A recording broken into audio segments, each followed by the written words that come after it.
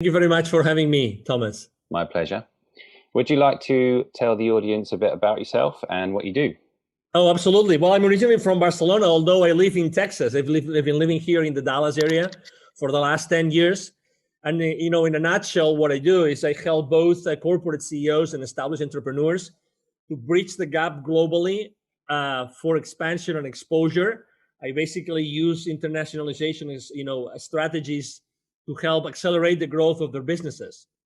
That's what I do. And also I have a nonprofit. It's called Wisdom for Kids. And what we do is we help underprivileged kids in Latin America become entrepreneurs using their local resources. So those are basically the two main things I do in my life. Well, on LinkedIn, we've actually had short conversations about that, haven't we?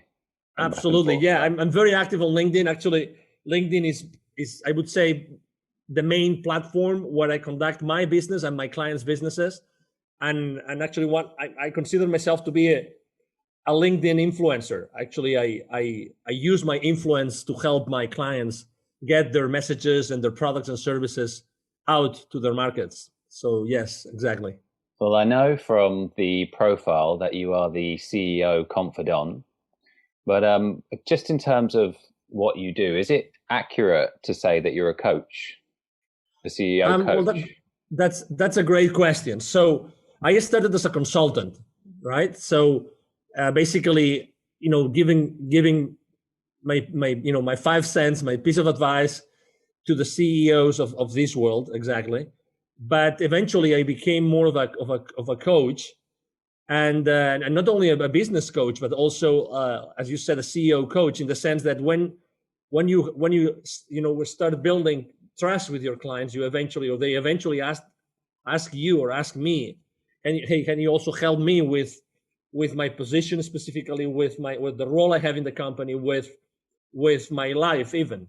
Because again, you cannot isolate the different roles that we all play in our lives, right? We're probably friends, we are sons, we're maybe parents, right? We have many different roles in our lives. It's difficult to isolate them, and as soon as this trust is being built with them, yes, to your point, additional ways of helping my clients and business partners arise. So they might come to you for business help, and then also it might cross over into their personal life. Yes, absolutely. It does very often. Exactly. So what are the common traits of successful CEOs that you have observed? Yeah. Number one, and actually that's one of my mantras in my business, which is, they take action immediately, right? And it doesn't have to be necessarily like perfect action. And that's something I use that's a nugget I use all the time, which is take imperfect action now. Take imperfect action now. And I use that also with my entrepreneurial, clients, customers.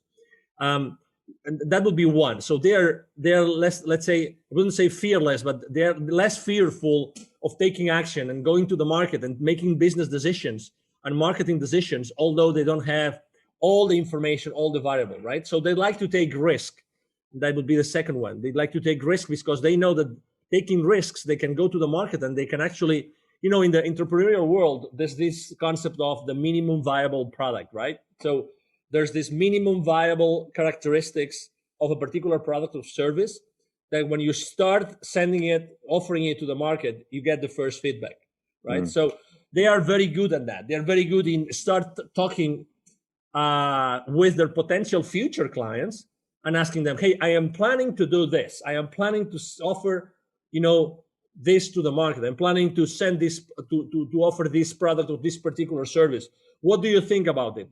And they're very good in grasping this market intelligence very early on in the life cycle of that particular product or service. So again, taking imperfect action, being open to take risk. And the third one would be they're all very, very, very mindful that the key thing inside the organization, so that they are able to provide their boards with the answers that they're looking for, the shareholder value that they're looking for. They're very mindful that everything relies on their teams. Okay, it's not that everybody does a great job in educating or engaging or keeping their employees accountable. Obviously, every single CEO would like to have a high level of accountability within their employee base. But the reality is that that depends a lot on their leadership style, right? Mm-hmm. It depends a lot on the engagement of the employees. But they are definitely completely mindful that and conscious that their team is everything for them, and every single decision they make as far as growing their team or maybe downsizing it whenever the circumstances make them do that, they are very, very mindful that the talent and everything that they have been developing within their team is the main asset that the company has. So they put a lot of effort in making sure that their own messages, the messages that come from the board, really, really, really go down, not only onto their own leadership team in the company, but to the rest of the employees of the organizations. Those would be my three main traits that I have found throughout my life. The first thing that you mentioned is also something I've heard about billionaires. So they basically looked at common traits among billionaires, and the way they phrased it, which is reminding me of what you said, was they're willing to take action regardless of the certainty of whether it will work or not. So you said it was risk, but I mean, it just makes me think of that, because a lot of times we don't know whether something's going to work, but the billionaires, or perhaps CEOs in your case, they're willing to take the action anyway. Exactly. And actually this is also a common trait with I work a lot here in Dallas, in the Dallas Fort Worth area, with entrepreneurs, with startups, and very, very embedded, let's say, in the startup world. And I work with business incubators, business accelerators. And something that I find in common all the time is that sometimes people say they really want to go to the market early, but they are fearful of going to the market. They are fearful of maybe talking to the market too early, because they have this idea and they want to get, hold on to this idea, this concept, and they don't want anybody to know, blah, blah, blah. I would say, I always tell them the same thing. I tell them, I'm afraid that you're looking at the world from a scarcity mindset, right? Because, I mean, of course, there's this, super multi-billion-dollar, ideas like, Uber or Airbnb or many others, right? I mean, I understand that. But regardless of that, I think that it's very important that very early on, you get these early wins, that they give you the confidence to keep moving, moving forward and doing things. And I like to think of organizations. I sometimes, I have my own frame of reference in my life. I see the life in a very specific, peculiar way. And I think that both people and companies are just energy. That's how I look at the world. They're just energy. So, a company, a startup, it's just a whole, bunch of energy that is being built by one of many different people. But at the end of the day, you want this energy to get into the market, right? You want this energy to touch the market, because it's going to be, benefiting the market. It's going to be, bringing additional value to the market in the form of service or product. It doesn't matter. And as Tony Robbins says very well, the amount of wealth that you are able to generate with your business or with your life is totally, proportional to the amount of people that you're able to add value to. So, why being, again, although I know that intellectual property is important, why not going very early on into the market? Just take your chances and start deploying this, start testing it. Proof testing is the number one thing I always advise both my CEOs when they want to launch a new product, or the newly established ones when they are starting with a completely new venture. Just don't, those precautions, which I understand come from a mindset of scarcity, and not everybody is in agreement with me, but hey, there's enough business, there's enough needs out there in order to fulfill, as much as you would like to offer to them, literally. And if it's not locally, it's going to be in other areas. That's why I'm very strong on internationalization and going international, going global, because there are a lot of products and services that are not only valuable locally, but in many other areas in the world. Well, yeah, so much so. And tell me if this was not what you were going for, but your phrase about the minimum viable product, so much so that it's actually got its own name now, right? So it's in, they call it products being in beta. So, you know, we're pushing this out and you're going to be the ones that are testing it, right? Is that kind of what you meant? Yes, yes. It's the concept is exactly, is very similar. You know, in the entrepreneurial world, they use this term just because, you know, it's the minimum viable as far as what? Viable as far as you are able to serve a need, right? So exactly, it's the earliest stages of a product or of a service, which is exactly the concept of a beta, right? So you are telling your clients, I'm launching this. I would like you, if you were so kind, to test it along with me, and you tell me the feedback. You tell me what you think about it, so we can move forward. Exactly. I think that, you know, the smartest companies do that. They actually reach out to you and they tell you, would you like to beta test our next product or service? I think it's extremely smart, and allows you to have this early on feedback from what will happen down the road. So because you've worked with so many of them, what are the common mistakes that a lot of CEOs make? If I had to mention only one, the most important one is definitely that they don't care enough about engagement. They don't educate their teams enough so that they don't feel engaged, and they don't engage, excuse me. And if they don't engage, you cannot keep them accountable. So, is that with staff engagement? Yes, exactly. That's definitely the one. And as the company grows, you know, one mistake that I see very often is that they stop being the leaders that they were in the beginning when the company started. So they, little by little, they kind of start building the ivory tower kind of thing, and they forget about, they're not so involved and engaged with the rest of the team. I would say that's definitely the number one, let's say, mistake or challenge they have as soon as they start growing, making sure that they give their teams the right education, so that they really feel that, you know, oh my God, I feel empowered. I really understand that we can do this. Because at the end of the day, we do not have to forget. I mean, you have your own business, Thomas, so we don't have to forget that, or we shouldn't forget that we exist because you know, we put an equity, and we want a high return on that equity. You know, we invested in our business. We invest with our time, which is the most valuable thing that we have in our lives, our time. We invest that time and that money, and we want a return. That's why companies exist, to provide the owners, the shareholders, to provide them with a return, right? That's why we exist.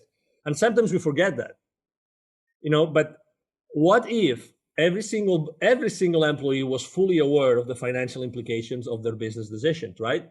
So that's extremely important. And that actually, it's funny because, as you know, it wasn't the case in Europe, and it's not the case here in the US either. We are not educated, you know, from kindergarten up to, you know, 12th grade or high school, you know, we're senior high school. We're not educated on financial, you know, acumen. We're not educated on financial literacy. So even if we have worked for large corporations and then we become entrepreneurs ourselves, we have never received the right level of financial literacy, which allows us to be fully mindful of the consequences of what we do. It's kind of up to you, isn't it, if you want to learn about that stuff? Exactly. But it's funny because we are still, you know, both of us were entrepreneurs, right? We still made the decision of going out to the market, offer our services, and risk it. We risk it every day. You know, we risk it every day. We go out there, we have our marketing, we have our, you know, podcast and exposure and everything, but still we risk it every single day. So if you take this into larger organizations, the reality is that there's a common elephant in the room, and that goes up to C-level as well, to the CEOs, which is not everybody has received the right level of financial literacy.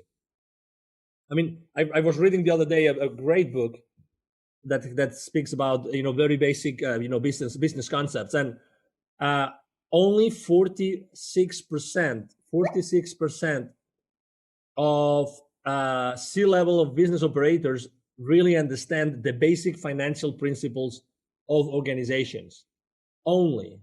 So it means that there's this big elephant in the room. Excuse me, I just let me take that back. It's 46% of C-levels are able to understand the main financial principles of the organizations.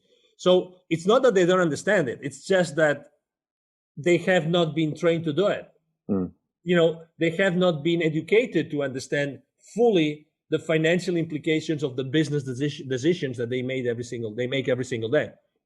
That's why that's definitely the number one challenge. It's the disengagement of the employees for a lack of, or due to a lack of education. Well, coming back to your point of engagement, do you think that's a problem of incentives? So I think there's an issue with staff potentially speaking up where there's an element of risk there for them. Whereas if they don't speak up about let's say a problem or an issue, they're no worse off than they already are right there. Yeah, you're talking about another of the challenges that companies have, which is managing expectations, right?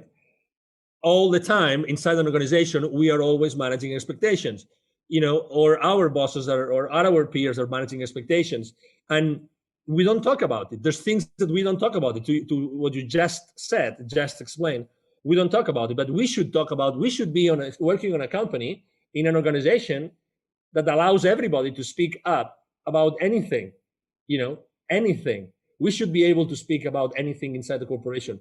One of them being incentives. Is incentives an important ingredient in the engagement equation? Absolutely, it is, but it's not the only one. And again, think about your career, right? Think about your career since you had your first job until you had your last job, or even if you have a job right now. Would you trade some of your paycheck for having a better job? A better boss, okay, or a better culture? Would you be willing to forfeit part of your check if you were going super excited every single day to your work, to the company that you're working with? And I would probably say yes, 99% of the time. Yeah, I think there's a lot of evidence to suggest that that's the case. Exactly. Because, when you are excited, you love it. I just love to go to that place and meet with that person and work together with that thing, because it's, again, and that's something also that Tony Robbins says very much, which is the quality of our lives is the quality of our emotions, right? And again, unfortunately, we trade in those emotions for money.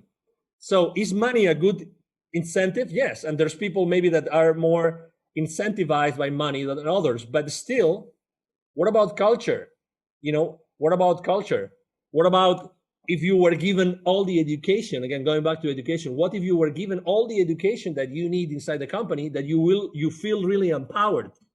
You feel really empowered and you feel that you thrive in that organization. Is that going to impact positively engagement? I do feel so. I do feel so.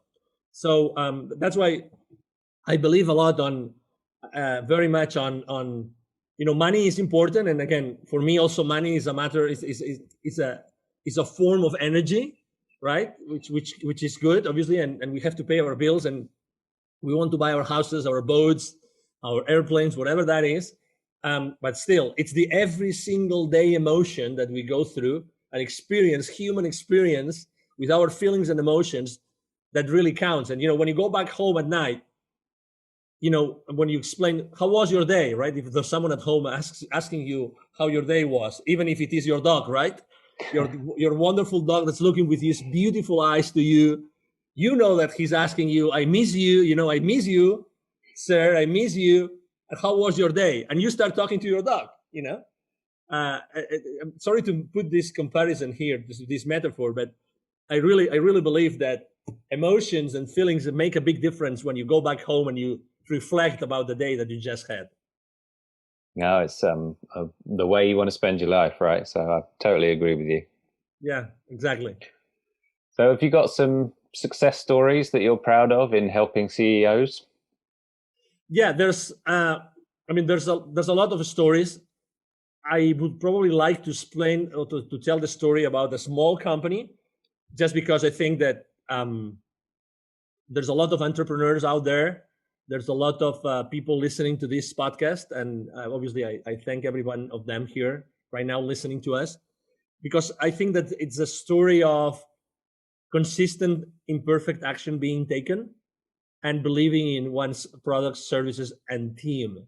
I remember a company that went from literally a few thousands of dollars and having also only 2 employees that I started to work with. I started to support, I started to coach, I started to help them go to the market. I started defining the different, functions of inside the company.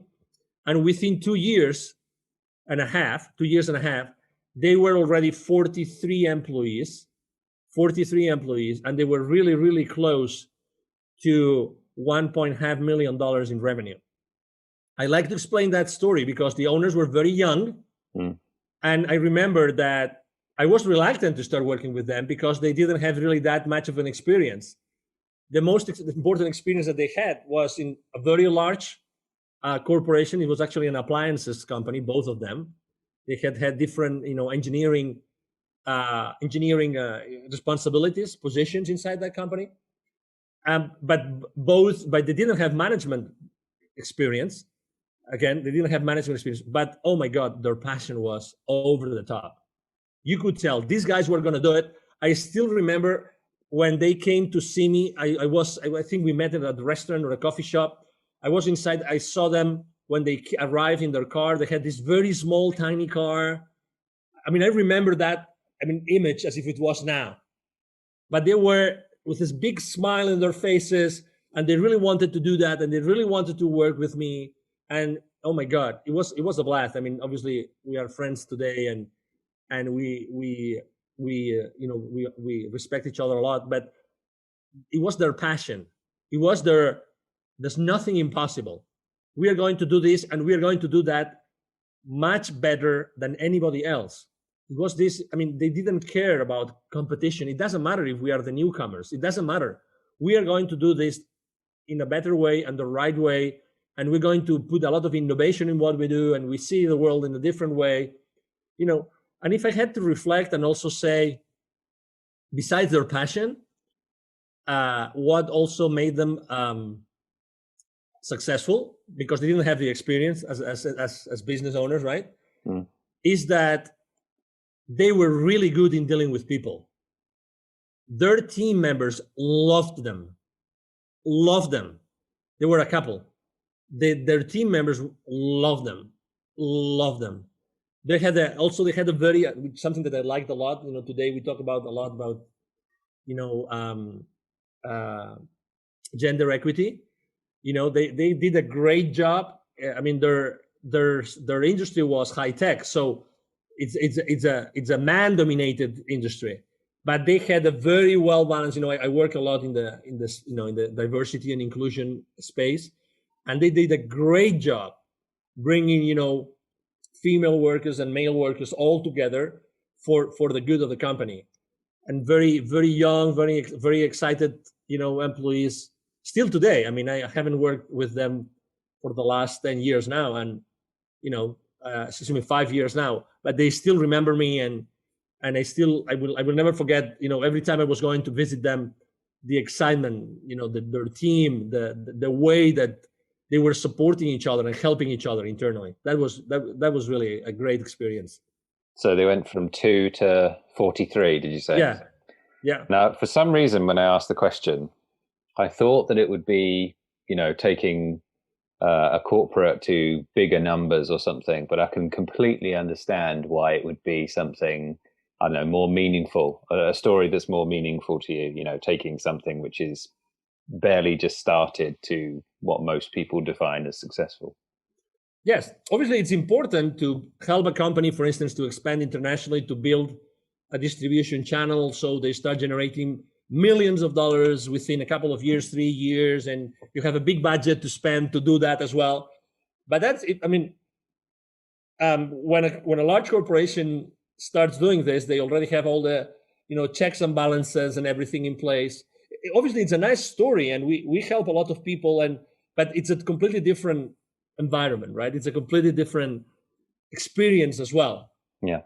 Because obviously every single one of these 43 means 43 different families.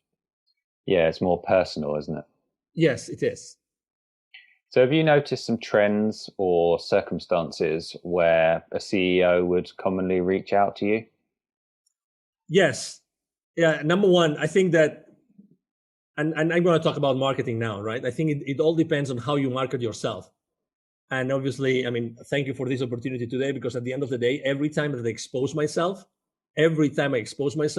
I'm reaching out to the world and the world is listening to me, right? So what kind of CEOs, you ask me, what would make them reach out to me? I would say, what makes them be attracted to me? Okay, that's the question I'm going to answer. It's the smile, isn't it? Well, obviously, I mean, it's the attitude.